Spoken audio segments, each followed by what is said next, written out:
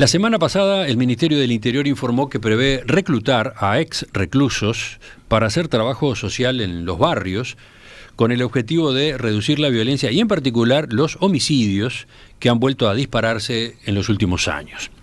Esa iniciativa generó sorpresa e inmediatamente dio pie a polémica política. Este programa, que será financiado por el Banco Interamericano de Desarrollo, busca que los expresos trabajen junto con el Ministerio de Desarrollo Social en tareas de mediación y concientización en las comunidades, a efecto justamente de prevenir la violencia, según se explicó. La iniciativa, se agregó, está inspirada en Cure Violence, un programa que se viene implementando en varias ciudades de Estados Unidos y América Central, afectadas por la violencia entre pandillas, y que procura resolver los conflictos mediante el diálogo entre los involucrados. El lunes, en una columna en La Diaria, el sociólogo Gustavo Leal sostuvo que el plan es una muestra de improvisación y talenteo de parte del gobierno. La cúpula del Ministerio del Interior parecería no tener noción de lo que sucede en la dinámica criminal. Tal vez esa sea la razón por la cual plantean la idea de pagarle un sueldo de consultor internacional a ex mafiosos para que logren convencer a integrantes de bandas criminales de que depongan su actitud, señaló. Pero el plan también generó críticas dentro del oficialismo. Por ejemplo, el diputado colorado Gustavo Zubia aseguró que el combate a los homicidios requiere tomar medidas de fondo que a su vez demandan una posición mucho más dura, no una postura de Heidi. Bueno, ¿qué es este plan? ¿Qué implica? ¿Qué soluciones puede aportar? Vamos a conversar con Diego Sanjurjo, coordinador de estrategias focalizadas de prevención policial del delito en el Ministerio del Interior. Doctor Sanjurjo, buen día. Gracias por acompañarnos de nuevo, ¿no? Hace pocos días que hablamos. Buenos días, muchas gracias por la invitación. La primera pregunta es a propósito de tiempos. Estamos entrando casi en el cuarto año del gobierno. ¿Por qué ahora, por qué recién ahora podría decirse, se anuncia una línea de acción como esta?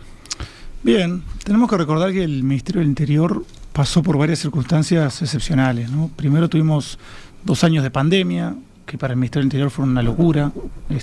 Pensemos, ya lo dije la vez pasada, ¿no? Cada vez que un policía se contagiaba, bueno, toda su unidad tenía que ser medio que dada de baja, ¿no? Entonces para el Ministerio fue una época particularmente complicada. Y luego tuvimos el fallecimiento de Jorge Larrañaga, que implicó que hace 1 año y medio más o menos, bueno, empezáramos con políticas y con ideas nuevas, ¿no? Entonces, en ese sentido, primero decir que el origen de esta idea, las primeras conversaciones que yo tuve con el ministro, se dieron a los pocos meses de su llegada al Ministerio del Interior. ¿Por qué la lanzamos ahora? Bueno, porque para el ministro es muy importante que este planteo forme parte de este proceso interpartidario que queremos que culmine con una política de Estado y con una estrategia integral y preventiva. De todos modos, entonces, estas ideas estaban en el programa de gobierno del Partido Colorado, sí, en cuya redacción usted participó. Sí, por supuesto. Específicamente en el área de seguridad pública. Por eso mismo genera dudas el tiempo, ¿no? Por eso la demora en la aplicación plantea estas preguntas que yo le estaba haciendo recién. Bueno, también pensemos que durante 2 años los homicidios bajaban, ¿verdad? Este es el primer año donde suben. Y dado que queremos, como decía, presentarles a los demás partidos esta propuesta ahora en un par de semanas, y hace pocos días el ministro presentó las últimas cifras, que en materia de homicidios no fueron buenas, porque tuvimos reducciones en todos los demás delitos, pero en homicidios aumentaron. Bueno, nos pareció que era una buena oportunidad para no solamente hacer lo que se hizo durante décadas, diría, que es, bueno, los homicidios aumentaron, no hay nada para hacer, y en cambio decirle a la población, no, miren, la verdad es que sí hay cosas para hacer, sí se puede combatir los ajustes de cuentas, y tenemos un plan, ¿no? Un plan que vamos a presentar en detalle en unas semanas, pero lo tenemos, así que quédense tranquilos porque vamos a enfrentarlo de manera diferente. Según dijo el ministro Heber, este programa formará parte de un plan más amplio destinado a combatir causas del delito, que a su vez será financiado por el Banco Interamericano de Desarrollo. $10 millones hay a esos efectos. De ese monto, 2 millones corresponderían a esta parte para combatir la violencia, apoyándose en ex reclusos. ¿Estamos de acuerdo? ¿Es una buena síntesis esto o no? No, digamos que el Banco Interamericano de Desarrollo nos va a financiar una cantidad de actividades, sí, algunas que entran dentro de esa propuesta, otras no, y a su vez de esta propuesta que todavía no se definió, porque queremos que sea de Estado y con los demás partidos, pueden salir medidas que hoy no estamos ni siquiera tomando en cuenta todavía, ¿no? Por tanto... A ver, entonces, bueno, primero le pregunto por el paquete. ¿Qué es ese plan que tiene apoyo del BID? Mire, si le parece bien, preferiría no entrar demasiado en detalle porque son temas que vamos a conversar con los partidos en unas semanas y se acordará de nuestra última charla aquí que la mayor dificultad es que el Frente Amplio no se levante de la mesa. Entonces no quiero plantear nada aquí que el Frente Amplio pueda utilizar luego como justificación para no ir. Pero a ver, en mayo del año pasado el ministro Heber anunció en el barrio Peñarol un plan para combatir los homicidios, pero no dio detalles muy claros. Sí, después en una sesión reservada de la Cámara de Senadores se informó algo, pero tampoco hubo difusión pública. ¿Qué relación tiene este plan con aquel anuncio? ¿Es lo mismo? ¿Son ideas complementarias? Son ideas complementarias. Tenemos, por ejemplo, cuando hace pocos días el ministro Heber presentó un plan para poner cerca de 2.000 cámaras de seguridad en barrios vulnerables de Montevideo, que hoy por hoy no cuentan con las cámaras que tenemos, por ejemplo, aquí en Ciudad Vieja y que han dado han tenido un impacto tremendo, ¿no? Hace ya muchos años. Esto es un tipo de medida de prevención. Y luego tenemos este préstamo del Banco Interamericano de Desarrollo, que también va por muchos lados, es decir, trata temas de adicciones, trata temas de cárceles, trata temas de fortalecimiento de la salud ocupacional policial, va por muchos lados. Es decir, no necesariamente todo lo que está dentro de ese préstamo va a ser parte de la discusión con los partidos, y no necesariamente todas las cosas que hoy estamos manejando públicamente van a ser parte de esa estrategia, porque queremos tomar en consideración aquello que nos van a proponer también los demás partidos. Bueno, vayamos a lo que se ha estado difundiendo en estos días, a lo que ha dado pie a declaraciones y también a discusión y a preguntas, a sorpresa incluso, ¿no? Concentrémonos en esta línea de trabajo que tiene de algún modo como protagonistas a expresos. Yo no sé cómo llamarla. ¿Qué es esto? ¿Es un programa? ¿Es un plan? A ver, dele usted, que es un técnico, dele el término correcto. ¿Qué es? Bien, yo diría que es un programa en este caso. Pero me parece que es muy interesante también hablar un poco del contexto. ¿Por qué queremos implementar esto? En Uruguay tenemos ya desde hace, yo diría que una década, 15 años, un aumento progresivo de lo que vendrían a ser los homicidios intencionales que se dan con dinámicas de retaliación. Es decir, tenemos dentro de la categoría homicidio intencional, que son los homicidios que contamos año a año, tenemos muchos tipos diferentes, ¿no? Tenemos algunos donde las víctimas y los perpetradores están de alguna forma asociados a otras actividades delictivas o directamente tienen antecedentes penales, y todo eso generalmente en Uruguay lo metemos en una misma bolsa, que son los ajustes de cuentas, pero que no son todos iguales, ni mucho menos. Hay muchas categorías, y estos son fenómenos que se dan en todos los países del mundo de diferente manera, pero se dan en todas partes, ¿verdad? Bueno, hoy por hoy tenemos, la realidad es que alrededor del 80% de todos los homicidios en Uruguay están de alguna manera u otra asociados a personas que tienen antecedentes penales o que tienen indagatorias, ¿no? Y alrededor de un 60% son directamente lo que llamamos ajustes de cuentas, ¿no? Entonces, digamos que son fenómenos que hoy son la gran mayoría de los homicidios. No solo eso, sino que además, desde que asumimos el gobierno, los demás homicidios han ido en bajada. Es decir, todos los homicidios que se dan como consecuencia de hurtos y de robos han seguido bajando año a año, incluso ahora cuando terminó la pandemia, ¿no? Entonces, nuestro mayor desafío, sin duda alguna, es esto que en Uruguay llamamos los ajustes de cuentas, ¿no? ¿Y quiénes perpetran los ajustes de cuentas? Son prácticamente en su totalidad hombres jóvenes de estratos socioeconómicos bajos, que, como les digo, están de alguna forma asociados al delito, ¿no? Bueno, hace ya muchos años que estos fenómenos se dan también en otras ciudades del mundo, una cantidad, ¿no? Entonces, lo que se fue descubriendo, y esto no es algo novedoso, debe tener 15 años por lo menos, es que el factor que predice mejor un homicidio es un homicidio previo. Es decir, cuando yo tengo un homicidio, ese es el factor de riesgo más grande para que haya un homicidio que lo continúe, que lo siga, porque se da en retaliación. Según hemos sabido en estos días, usted mismo lo había informado en su momento en columnas que publicaba en el diario El Observador, como estaba por asumir el cargo. El creador de esta línea de trabajo es Gary Slutkin. ¿Se pronuncia así? Se pronuncia así. Un epidemiólogo estadounidense famoso porque contribuyó en África a detener la propagación del SIDA y el ébola, ¿no? El doctor Slutkin defiende una teoría en que la violencia se comporta como cualquier problema epidémico. Afirma que la violencia se contagia, ya que un evento de violencia conduce a otro evento de violencia. Y por lo tanto, afirma que ese contagio puede ser interrumpido como en cualquier otra enfermedad. Este es el telón de fondo, digamos. Este es el telón de fondo de un modelo muy conocido de programas focalizados de prevención de homicidios. Cure Violence. Cure Violence. Uruguay es uno de los pocos países de América Latina que nunca ha implementado un programa focalizado de prevención de homicidios de ningún tipo, ¿no? Tenemos en Uruguay a un experto en la materia que se llama Emiliano Rogido. Él ha evaluado programas de este tipo en toda América Latina y en sus informes alega de forma indirecta que Uruguay es uno de los pocos países que nunca ha intentado nada parecido, ¿no? Este Cure Violence del que hablamos es uno de estos modelos, es un modelo muy famoso, efectivamente. Slutkin es el que lo impulsó, y Cure Violence hoy por hoy es una ONG que es considerada una de las más importantes del mundo. De hecho, está en los rankings como entre las 10 más importantes del planeta, porque ha impulsado en diferentes regiones, en cientos de ciudades, programas de este tipo, y generalmente con mucho éxito, y con mucho éxito verificado en evidencia empírica, en evaluaciones de impacto, etcétera, ¿verdad? En América Latina, programas de este tipo se han implementado en Cali, en Colombia, en Brasil, en Honduras, en Trinidad y Tobago, en Puerto Rico, y generalmente las evaluaciones han dado éxitos rotundos, ¿no? Este modelo se basa en el accionar de personas que operan como interruptoras. Ese Exacto. es el término, ¿no? Intervienen en situaciones críticas para prevenir eventos con uso de armas, por ejemplo, disputas entre bandas.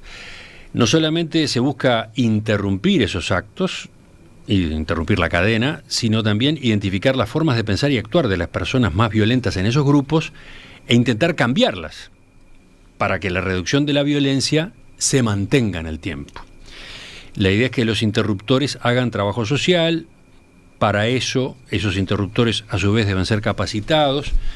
De nuevo, le pregunto, ¿este es un resumen adecuado? ¿Qué agrega usted?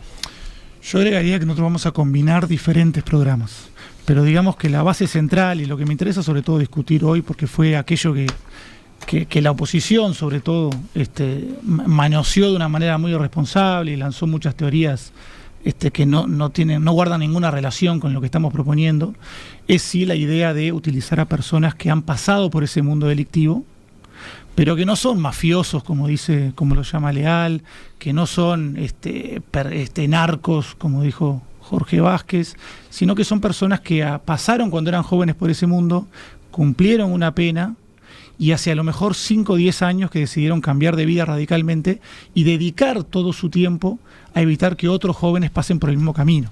¿Por Entonces, qué? ¿Por qué estas personas funcionarían como interruptores de violencia? Porque ellos, si no sé, funcionarios policiales, otro tipo de funcionarios, otro tipo de agentes. Cuando nos referimos cuando el ministro Heber se refirió a ex reclusos, ¿no? Déjeme terminar nomás con esta idea, se refería a personas que llevan años ya hoy por hoy trabajando en el Estado, en ONGs, en fundaciones, en iglesias, y que dedican su vida básicamente a hablar con jóvenes y con personas que están en barrios vulnerables, que están muchas veces ya insertos en el delito o que están de forma interrumpida, digamos, participando en delitos, intentar que cambien de vida, que vuelvan a estudiar, que vuelvan a trabajar, que entiendan las consecuencias de sus actos, cambiar esa cultura de la violencia. A esas personas nos referimos. Usted está diciendo que se piensa en expresos, pero que salieron de la cárcel hace ya un tiempo y que ya están trabajando en actividades sociales, dice usted. Por supuesto. No fue lo que se entendió del ministro Heber, porque él habló de salir a reclutar ex reclusos, ¿no? Bueno, técnicamente es así como lo dijo, son personas que pasaron por el sistema penitenciario, pero que hoy llevan años. Yo no quiero tirar nombres aquí, pero la sensación era que pensamos un poco, todos conocemos a estas personas. Con ex reclusos recientes, digamos, ¿no? Con personas recién salidas de la cárcel. Esa fue una idea que no sé, que se entendió. Mire, desde que esto salió a la prensa me han llovido currículos de personas que dicen, mira, estoy trabajando por a veces por 2 mangos, francamente, o casi de forma voluntaria, en alguna ONG o en alguna asociación de servicio civil, en algún barrio carenciado de Montevideo, de alguna ciudad del interior, y trabajo con personas que están dentro de, que tienen problemas de adicciones, o que son jóvenes que están metidos en el delito, o son poblaciones vulnerables de algún tipo. Me encanta esta idea, sé que en otros países se hace desde hace décadas y con mucho éxito, me gustaría participar, tómenme en cuenta. Hay una cantidad de personas que tienen este perfil, ¿no? ¿Cuál es la idea?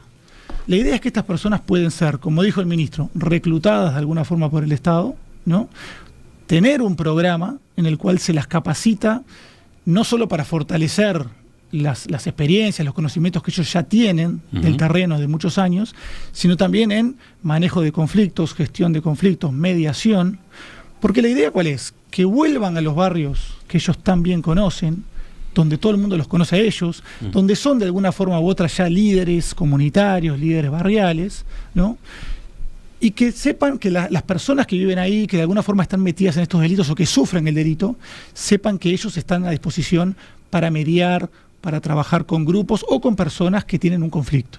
Un término del cual se discutió estos días, que es lo del léxico, ¿no?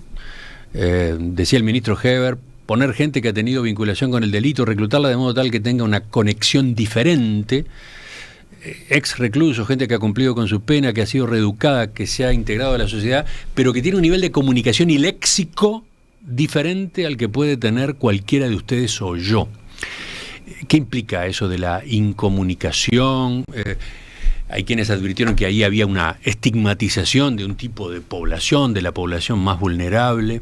No, esas son tonterías. Me parece que todos sabemos que hoy por hoy en Uruguay, como en tantas ciudades, en Montevideo, como en tantas ciudades de América Latina y del mundo, hay una grieta entre una población que vive con unos códigos culturales que son muy distintos a los nuestros, a los tuyos y a los míos, y también lamentablemente que se alejan o transgreden las normas que nos hemos impuesto como sociedad. Eso es una realidad.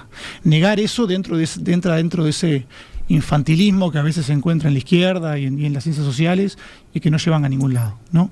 Tradicionalmente en Uruguay, a diferencia de otros países de vuelta, lo que se ha hecho es enfrentar esto con una política generalista, donde la policía simplemente reprime el delito y, bueno, reacciona a los homicidios que se han cometido, ¿no? O si no, lo que se ha hecho es mandar a personas como Gustavo Leal, con todas las cámaras detrás de él, a recorrer estos barrios sin ningún tipo de impacto, porque durante todo el tiempo que estuvo al frente del ministerio, los homicidios no pararon de crecer de manera exponencial, ¿verdad? Usted acaba de hacer una crítica muy frontal a la gestión de Leal en el Ministerio del Interior. Acaba de decir, palabras más, palabras menos, que aquello fue todo mediático. No, bueno, lo que pasa es que como usted hizo referencia a esa columna, ¿no? Y ayer también salió el ex subsecretario Jorge Vázquez, ¿no? Y la verdad que a mí no me gusta ir a los medios y criticar a otras personas. La verdad que no lo disfruto, lo tengo que hacer a veces, pero no lo disfruto. Pero cuesta mucho contenerse cuando las críticas vienen de personas que hasta hace 2 años, 3 años, estaban al frente de un ministerio y llevaron a cabo las políticas quizás con peores resultados desde que tenemos memoria, desde la vuelta a la democracia.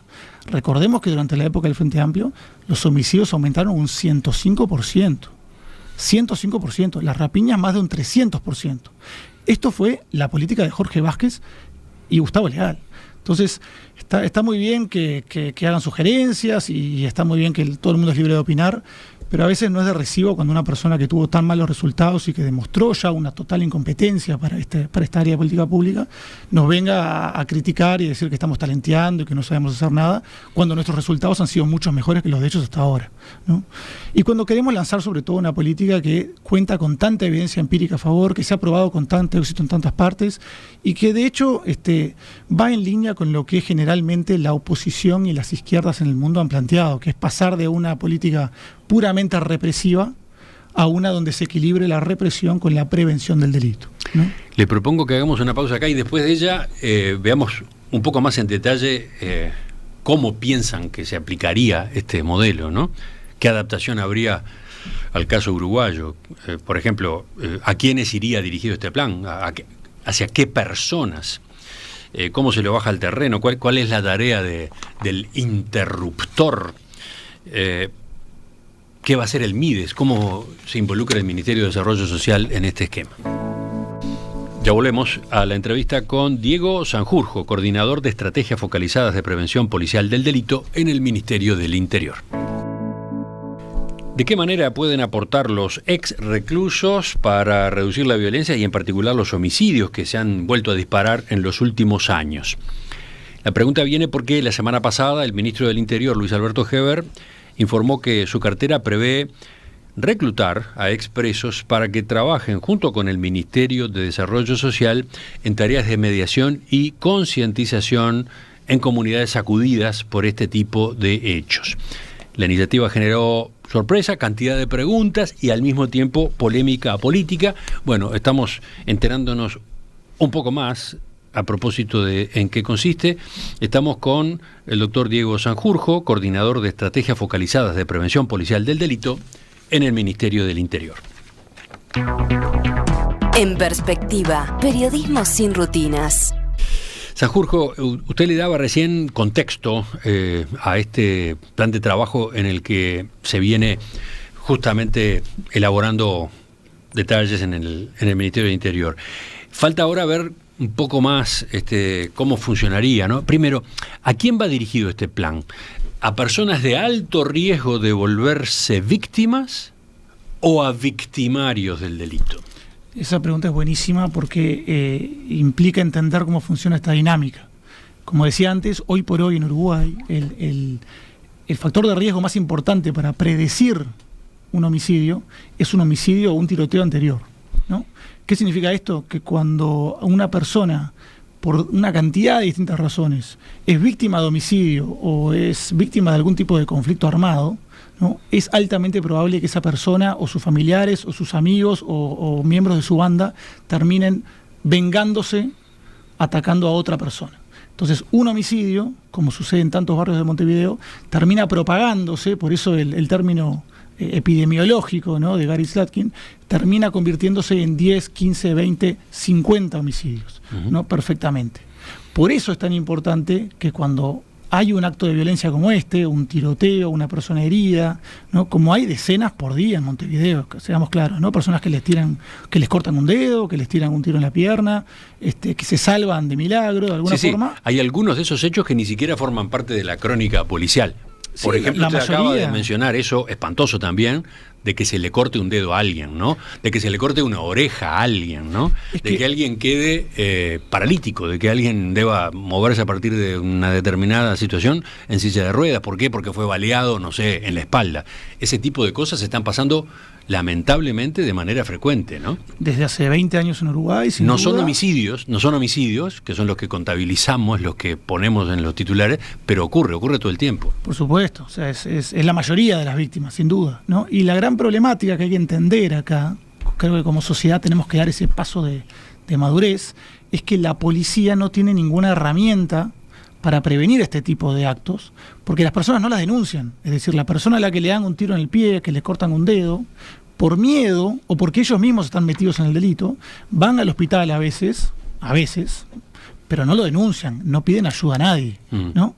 Entonces, ¿cómo funcionan estos la pregunta era programas? ¿Con quiénes se va a trabajar? ¿A quiénes se va a dirigir esta tarea de ex reclusos? A ver. Bien. Tenemos, como dije antes, dentro de la bolsa ajustes de cuentas, situaciones muy distintas. Tenemos personas en Uruguay que a lo mejor le pegan un tiro o matan a otra simplemente porque le debe 200 pesos, ¿no? Bueno. Oye, ahí se da el caso de asesinato o intento de asesinato de un cliente, entre comillas, de un consumidor, por ejemplo, ¿no? Sí, o más banal todavía. Bueno, miró a mi novia. Ah, bueno. Me miró a mi novia y lo voy a matar, punto. Porque me faltó el respeto, así que lo voy a matar porque me miró a la novia, ¿no? Entonces yo mato al que me miró a la novia y luego el amigo de ese me mata a mí, ¿no? Y mi amigo mata a un tercero y así tengo 5 homicidios porque alguien miró a la novia.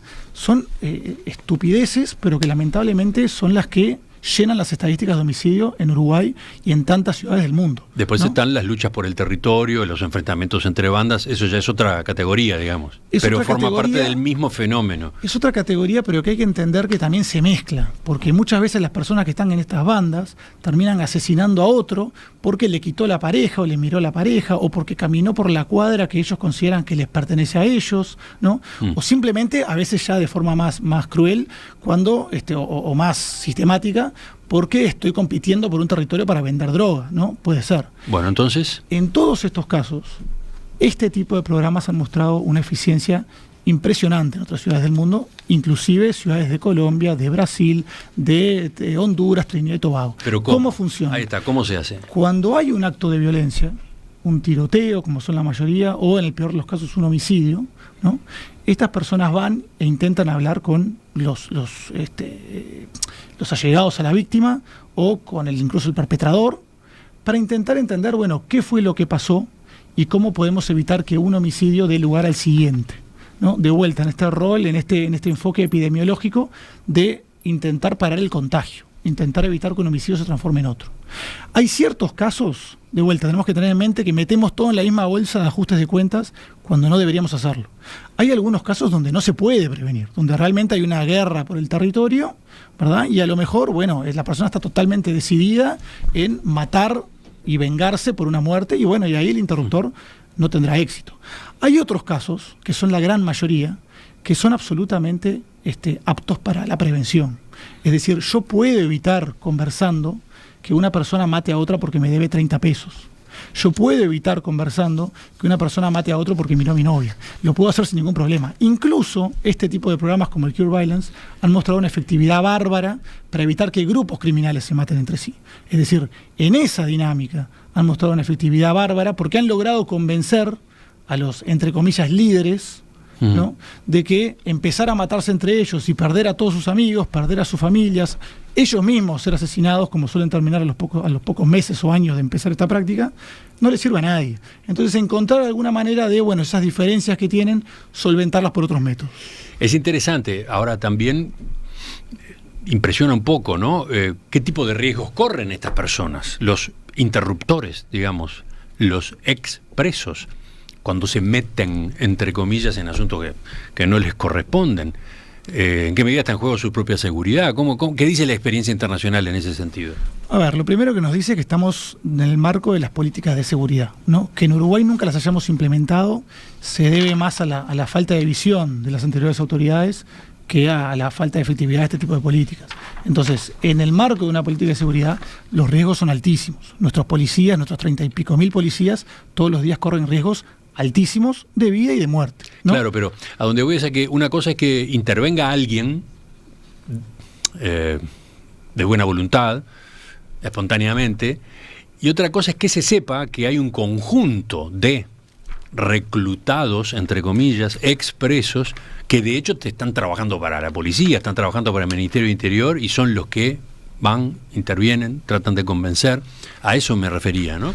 Bueno, estos son programas que en la práctica generalmente van de forma paralela al trabajo policial, es decir, no son policías, no están asociados al trabajo policial, más allá de que el Estado puede financiarlos o no, o pueden llevarse a cabo por la sociedad civil, o puede llevarse a cabo por otro organismo que no sea el Ministerio del Interior, ¿no?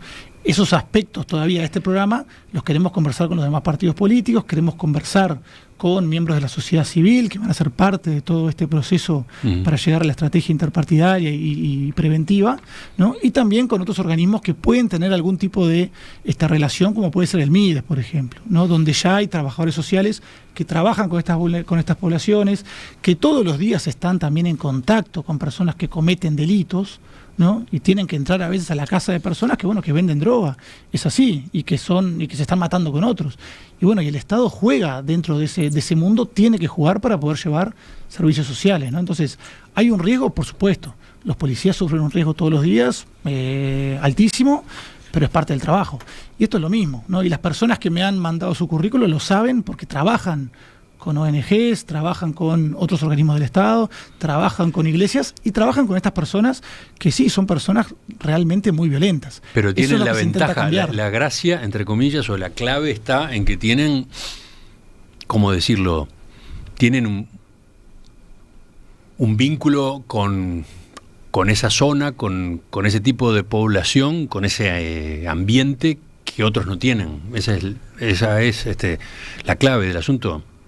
Sin duda. A ver, también hay policías que por su experiencia de vida, ¿no? Han crecido en barrios muy conflictivos y que también tienen esa llegada.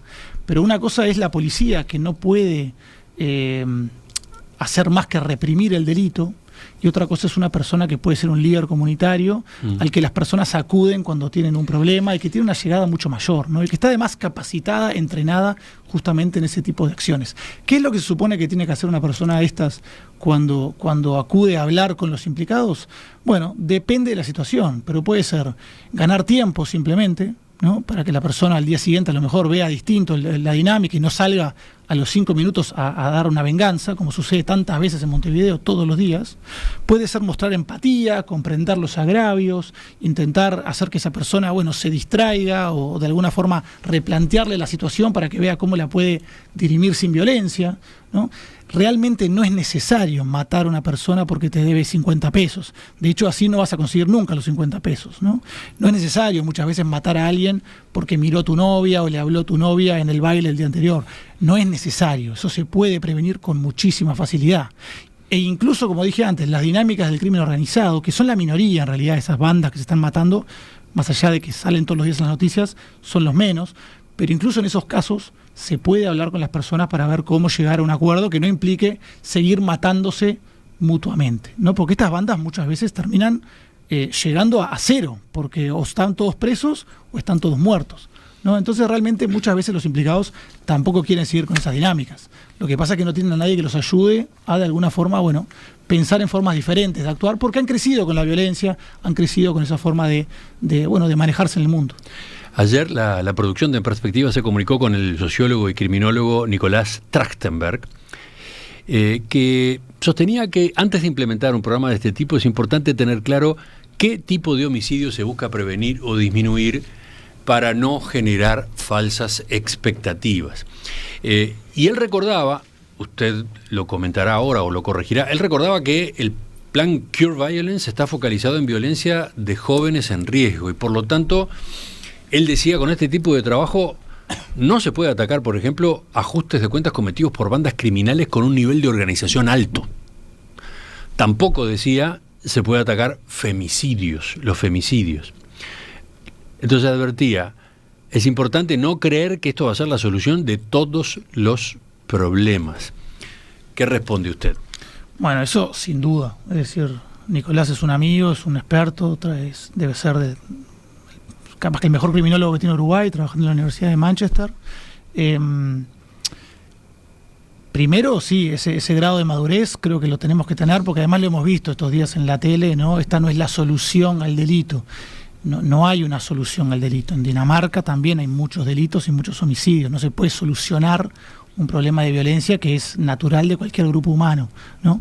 Lo que tenemos que hacer es bajarlo a niveles que podamos considerar aceptables para nuestro nivel de desarrollo, ¿no? Y que hoy por hoy no lo es, porque tenemos estos grupos en la periferia de nuestras ciudades matándose de manera completamente innecesaria a veces, ¿no? Entonces, ¿a qué se refiere el doctor Trachtenberg cuando dice que no está apto para prevenir homicidios de grupos tan organizados? A que justamente en Uruguay no tenemos esos grupos. En Uruguay no tenemos maras, no tenemos pandillas, no tenemos grupos como tenemos en algunas ciudades de Estados Unidos o de América Central o acá mismo de Brasil, donde tenemos grupos armados, organizados con 30.000 miembros, con una estructura absolutamente jerárquica, donde alguien da una orden, a veces desde la cárcel, y el que está más abajo tiene que cumplirla o si no lo matan a él. Eso en Uruguay no existe. En Uruguay lo que tenemos son grupos que sí tienen un cierto nivel de organización, pero es muy dinámico. Es decir, hoy estoy contigo, mañana estoy con el vecino. Es decir, son más que nada personas que, bueno, son amigos, son clanes familiares, son personas que se conocieron en la cárcel en algún lado, actúan juntas, pero no tienen una identificación propia, no tienen tatuajes en la cara para diferenciarse de la otra banda. No funciona así. Justamente por eso es que las personas, los técnicos de Cure Violence, nos dijeron ya cuando empezamos los contactos, Uruguay es un caso que se presta perfecto para nuestra metodología. Y ojo, y acá quiero tener cuidado, no es que vamos a adoptar, a copiar lo que hace Cure Violence, no es así, queremos adaptarla al contexto uruguayo, queremos complementarla con otros programas que han funcionado también en materia de prevención de homicidios, pero ese modelo concreto de Cure Violence es perfecto para Uruguay y para las dinámicas delictivas que tenemos en Uruguay, ¿no? Lamento realmente que haya tantos supuestos expertos en seguridad en Uruguay que dijeron completamente lo contrario, gente de la oposición que por razones políticas también lo tiran abajo, porque la evidencia muestra que Uruguay es un caso ejemplar para hacer este tipo de medidas y tenemos toda la evidencia empírica detrás que lo condiciona para que funcione bien. Mientras lo escucho voy mirando de reojo la bandeja de entrada de los mensajes de WhatsApp. Impresiona la cantidad de preguntas, de dudas, bueno, o de opiniones, ¿no? Opiniones a favor, opiniones en contra. Está claro que acá tenemos un asunto, un planteo, una línea de trabajo que sensibiliza mucho, que se ha instalado, ¿no? Se ha instalado en el debate. Me gustaría que enseguida, en la última parte de la entrevista, volviéramos con algunos puntos más. La semana pasada el Ministerio del Interior informó que prevé poner en marcha un plan en el que ex reclusos harían trabajo social en determinados barrios con el objetivo de reducir la violencia y en particular los homicidios que han vuelto a dispararse en los últimos años. A propósito de esta iniciativa, que tiene como base, por ejemplo, la experiencia de Cure Violence, que se ha aplicado en varios países, para empezar ciudades de Estados Unidos, pero también países latinoamericanos, estamos conversando esta mañana con el doctor Diego Sanjurjo, coordinador de estrategias focalizadas de prevención policial del delito en el Ministerio del Interior. Sanjurjo, yo le decía, hay muchos temas todavía, hay muchos puntos para plantearle entre lo que dicen los oyentes y lo que ha estado en el debate público. Quiero volver a esa columna de Gustavo Leal que se publicó en La Diaria, que ya mencioné. Es una columna donde termina habiendo una crítica muy frontal a este programa, y que empieza con un relato que hace Leal muy crudo de qué es lo que está sucediendo con los homicidios en el barrio Peñarol. Él dice en síntesis, en el barrio Peñarol ganó el método mexicano. Dice que la realidad es muy diferente de lo que el Ministerio del Interior sostiene cuando asegura que se ha desarticulado una banda criminal de las 5 que operan en la zona. Lo que está pasando, dice Leal, es otra cosa. Hay una banda destruyendo a la otra. Y luego, entonces, a propósito de esta iniciativa, señala de manera enfática, con los sicarios y narcos no se negocia. O sea, allí en Peñarol, una idea como esta que ustedes están manejando no es aplicable. ¿Qué responde?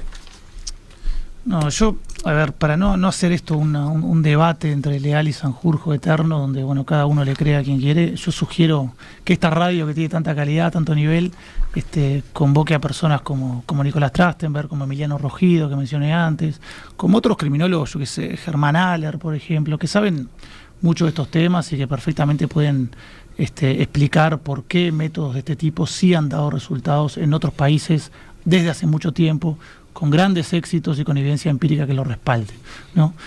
Justamente el caso del barrio Peñarol. ¿Pero qué dice de esa frase, con el narco no se negocia? Tiene razón, nadie va a negociar con los narcos ni con los sicarios, no va a haber ningún tipo de negociación en este caso. Lo que puede haber, y puede ser muy exitoso, es algún tipo de mediación para evitar que esos conflictos sean tan violentos como lo son hoy, ¿no? Y el caso del barrio Peñarol es un caso que me gustaría ahondar un poco. Primero porque justamente muestra esa dinámica epidemiológica a la perfección. Es una muerte que se traduce en 13, 15, 17 muertes posteriores, siempre en retaliación, siempre en violencia por un primer asesinato, ¿no? Segundo, claro, es una dinámica... Pero si es eso lo que está pasando, no es lo que ha dicho el ministro Heber. No es que el accionar policial desarticuló una banda y entonces se produjo luego una lucha por el territorio. Como que, según la descripción que hace Leal, ahí hay una dinámica propia en la que el Ministerio del Interior casi que no tendría nada que ver. Bueno, eso lo dice Leal porque de vuelta. De vuelta. La época de Leal es...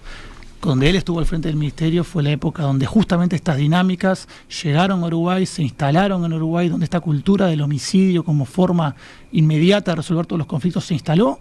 Fue gracias a las políticas que él llevó a cabo, ¿no? Y tuvo un fracaso estrepitoso. Entonces, por lo menos déjennos probar cosas nuevas sin criticar tanto, es lo único que yo pido. En todo caso, en Peñarol, como en tantos barrios de Montevideo y otras ciudades, se instaló ya desde hace muchos años dinámicas criminales de este tipo. El Ministerio del Interior hizo, por un lado, operativos de saturación, aumentó el patrullaje. Ahora el ministro Heber lo presentó hace 2 semanas, están instalando cerca de 200, 300 cámaras solamente en ese barrio, ¿no? Y lo que hemos hecho es bajar el delito, tanto en denuncias de rapiñas, como de hurtos, como homicidios, de manera muy notoria. Si a lo mejor también están habiendo dinámicas donde las personas se van matando, sí, eso efectivamente pasa en todos lados, ¿no? Y pasa en forma paralela a lo que hace la policía, en lo que también fue muy exitosa.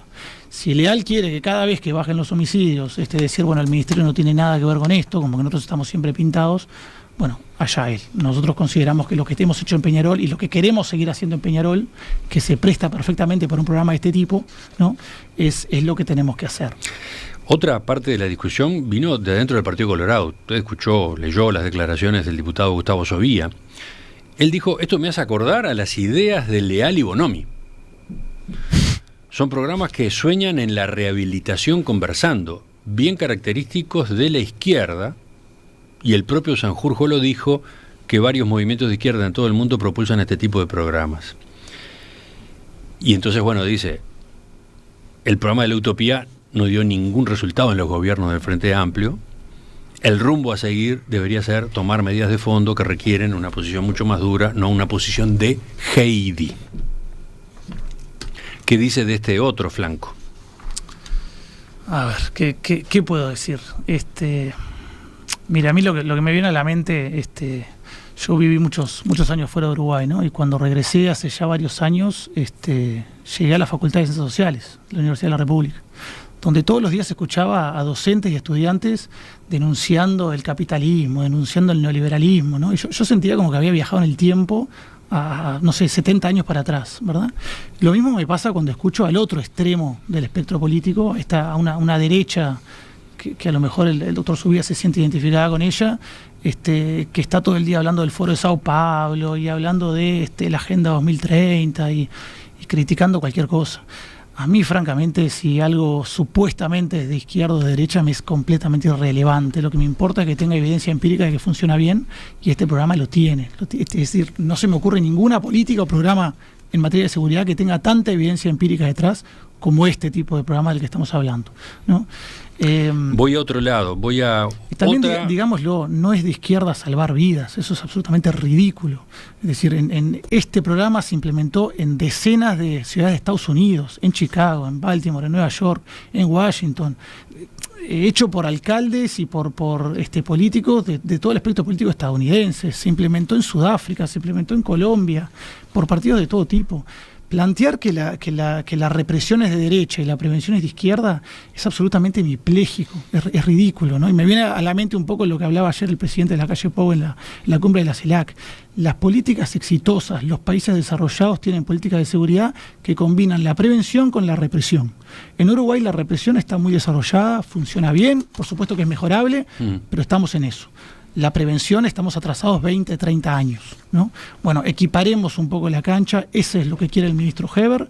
El ministro Heber llegó con esa impronta, quiere una estrategia de seguridad que no solamente sea represiva, sino que sea integral y que sea preventiva, ¿no? Y dejémonos de estas peleitas de izquierda y derecha que ya realmente son muy infantiles, maduremos. 2 puntos para terminar. Volviendo a lo que charlábamos ayer fuera de micrófonos con el criminólogo Nicolás Trachtenberg, él señalaba que es importante que un programa de este tipo incluya desde el principio un plan de evaluación independiente. ¿Eso está previsto? Está previsto, yo lo he conversado personalmente justamente con el doctor Emiliano Rogido, que es una persona que tiene mucha experiencia evaluando programas de homicidios, de prevención de homicidios en América Latina, y la idea es que él, junto con otros académicos, sean llamados para conversar en el marco de este proceso interpartidario, para que nos den su parecer y a ver cómo podemos hacer para empezar a evaluar este tipo de programas desde el comienzo, ¿no? Que es lo que deberíamos hacer también siempre en materia de política pública, pero generalmente no tenemos los recursos o la voluntad de hacerlo, ¿no? Yo creo que eso es uno también de los puntos a favor que ofrece trabajar con el BID, que es que el BID no solamente te ayuda con técnicos que ya implementaron esto en el terreno en otros países de América Latina y los tenés ahí como forma de consulta, incluso para ayudar en la capacitación, sino que también generalmente requiere que todo se evalúe de forma muy independiente, muy técnica, y eso es todo ganancia para el país. El ministro Heber adelantó que en febrero esta iniciativa va a presentarse a los demás partidos políticos en ese diálogo por seguridad pública que se instaló, al que se convocó a fines del año pasado. Mi pregunta es, ¿con qué objetivo se va a hacer esa presentación a los otros partidos? ¿Se va a discutir la implementación? O sea, ¿cómo llevarlo a la práctica? ¿Se va a buscar un acuerdo en torno a este programa? ¿O, digamos, ya está pronto, ya es un hecho, cómo se lo llevará adelante? Bueno, no, desde el principio dijimos que la prioridad para el ministro Heber es poder tener una política de Estado, porque él considera que si no es sostenible, si no es integral, si no está apoyado por todo el espectro político, un problema de la magnitud que tenemos en Uruguay desde hace ya muchos años no se puede resolver. Entonces, para él es una prioridad que todos los actores estén en la mesa. Ahora, con la oposición tan intransigente y violenta que estamos teniendo desde que asumimos el gobierno, siempre está la posibilidad de que ellos se nieguen por completo a ayudar desde cualquier punto de vista, como vienen haciendo en otras áreas, ¿no? Entonces, que vamos a llevar a cabo una política de prevención de homicidios, se va a llevar a cabo, pero estamos completamente abiertos a modificar el planteo inicial, estamos abiertos a discutirlos y a llegar a una política de consenso también en base a este programa, ¿no? Nosotros le vamos a hacer ahora en las próximas semanas un planteo a todos los partidos políticos en base a las propuestas que ellos nos hicieron llegar, ¿no? Y de hecho, el Partido Colorado propone este tipo de medida dentro de las propuestas que nos hicieron llegar la semana pasada. Y el Frente Amplio, usted se acordará que yo traje acá las propuestas. Una de sus propuestas era un programa de prevención de homicidios. Claro, eran 4 palabras. Programa de prevención 3, programa de prevención de homicidios, ya está. Su propuesta era un titular vacío sin más, que asumo que no sabían cómo llenar. Pero bueno, nosotros lo vamos a llenar con contenido. ¿El Frente Amplio no presentó una ampliación a propósito, por ejemplo, de esa línea? No, presentó solamente titulares vacíos que en todo caso yo los tomé con mucha satisfacción porque iban dentro de lo que nosotros habíamos requerido, pero el Partido Colorado y otros partidos sí pusieron propuestas con mucha sustancia, incluyendo lo que estamos conversando en este momento, ¿no? Entonces, vamos a ponerlo a disposición de ellos y estamos completamente dispuestos a que aquello que nosotros propongamos sea modificado por los técnicos de los partidos políticos, por los académicos, por los miembros de la sociedad civil, a medida que este proceso avance, y ojalá que en mayo podamos tener una política que sea realmente de consenso. Bueno, ¿y cuándo comenzaría a aplicarse esta línea de acción en particular, la que hemos estado conversando hoy? Vuelvo a la columna de Leal. Heber dijo que el acuerdo con el BID está por firmarse y que espera ponerlo en práctica recién el año que viene, o sea, en 2024, que es el último año de gobierno y en pleno calendario electoral. No, la verdad que creo que no, el ministro no dijo eso públicamente. La idea sí es que este proceso para elaborar una política de Estado dure hasta mediados de año, por lo cual seguramente empecemos a implementarlo en el segundo semestre. Yo espero que en el segundo semestre ya podamos empezar con la formación de este equipo, es decir, definir la política de forma consensuada, armar un equipo, capacitarlo, y bueno, eso llevará el tiempo que lleve, ¿no? Es decir, todo requiere su tiempo, pero ojalá que en el segundo semestre de este año ya podamos tenerlo en práctica y ver cómo funciona. Doctor Diego Sanjurjo, coordinador de estrategias focalizadas de prevención policial del delito en el Ministerio del Interior, le agradezco su presencia esta mañana otra vez. Muchas gracias y un saludo.